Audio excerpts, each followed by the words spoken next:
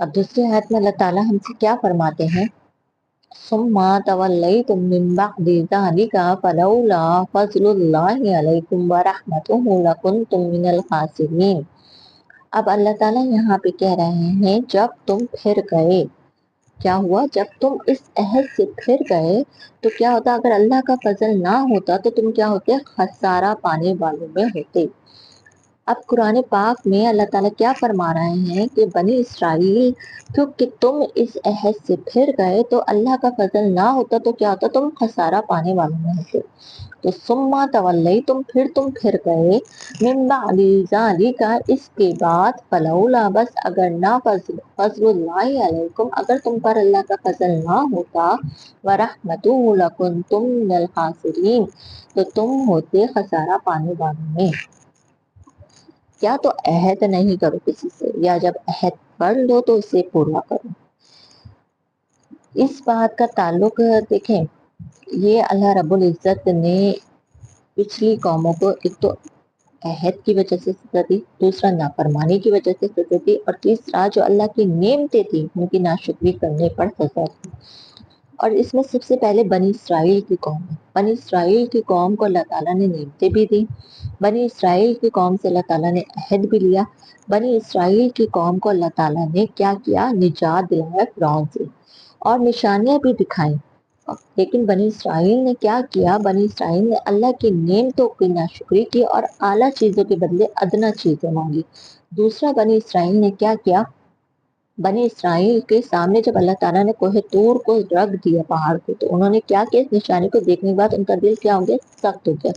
وہ بندے وہ سردار، 70 سردار جو کوہ طور کے پہاڑ کو دیکھ کر یا اللہ کی تجلی دیکھ کر مر گئے تھے، تو کیا ہوا تھا؟ اللہ نے انہیں دوبارہ زندہ کیا، اور دوبارہ زندہ کرنے پر یہ نشانیاں اللہ تعالیٰ نے دی۔ تو انہوں نے کیا کیا؟ ان نشانیوں کو اپنے دل میں، ان کے دل میں اور سختی آ گئی۔ پھر جب اللہ تعالیٰ نے گائے کو ذبح کرنے کا حکم دیا اور ذبح کر کے کہا کہ وہ ٹکڑا جب تم جس نے قتل کیا اس کے مقتول کو مارو گے، قتل کرنے والے کو مارو گے، تو وہ اٹھے گا اور وہ گواہی دے گا کہ اسے کس نے قتل کیا۔ یہ دیکھنے کے بعد بھی بنی اسرائیل کیا ہوا ہے؟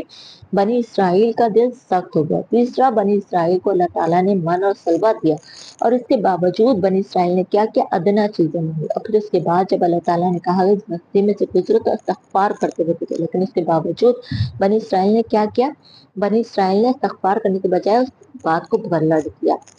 اور پھر اللہ تعالیٰ نے ان سے ایک عہد لیا۔ وہ عہد یہ تھا کہ ہفتے والے دن اللہ تعالیٰ نے کہا تھا ہفتے کا دن ہے، اس دن تم سمندر کی مچھلیاں نہیں کرو گے، اور اسی دن اللہ تعالیٰ سمندر میں زیادہ مچھلیاں لے کر آتے تھے، کیونکہ بنی اسرائیل کے لوگ شکار یعنی کہ مچھلیوں کا شکار کرتے تھے۔ تو ایک سمندر تھا، وہاں پر اللہ تعالیٰ نے انہیں کہہ دیا کہ ہفتے کے روز تم مچھلیوں کا شکار نہیں کرو گے، جیسے ہمیں جمعے کے دن کہا جاتا ہے کہ جمعے کا دن عید کا اور جمعے کی نماز نہیں چھوڑو گے۔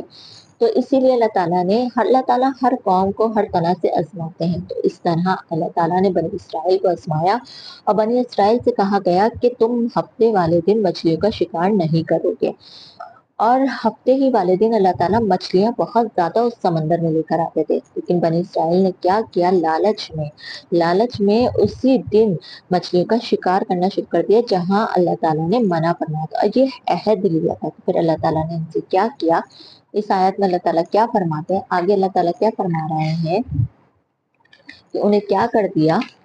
وَلَقَدْ عَلِمْتُمُ الَّذِينَ اعْتَدَوْا مِنْكُمْ فِي السَّبْتِ فَقُلْنَا لَهُمْ كُونُوا قِرَادَةً خَاسِئِينَ۔ وَلَقَدْ، البتہ تم نے جان لیا، یہاں اللہ تعالیٰ فرما رہے ہیں کہ تم نے جان لیا، وَلَقَدْ عَلِمْتُمُ الَّذِينَ اعْتَدَوْا، یعنی البتہ تم نے جان لیا جنہوں نے کیا کیا؟ زیادتی کی، منکم فی السبت، ہفتے والے دن۔ یہاں پہ اللہ تعالیٰ صاف قرآن پاک میں فرما رہے ہیں کہ جن لوگوں نے زیادتی کی ہفتے والے دن، کیا کیا تھا؟ اللہ تعالیٰ نے منع کر دیا تھا کہ شکار نہیں کرو، لیکن انہوں نے کیا کیا؟ شکار کیا، زیادتی کی۔ تو فقلنا، تب ہم نے کہا، لَهُمْ كُونُوا قِرَادَةً خَاسِئِينَ، تو ان سے تم ہو جاؤ ذلیل خوار بندر۔ پھر اللہ تعالیٰ نے انہیں سزا دی۔ کس چیز کی سزا دی؟ انہیں دھتکار دیا اور انہیں ایک ایسے جانور میں مبتلا کر دیا، بندر بنا دیا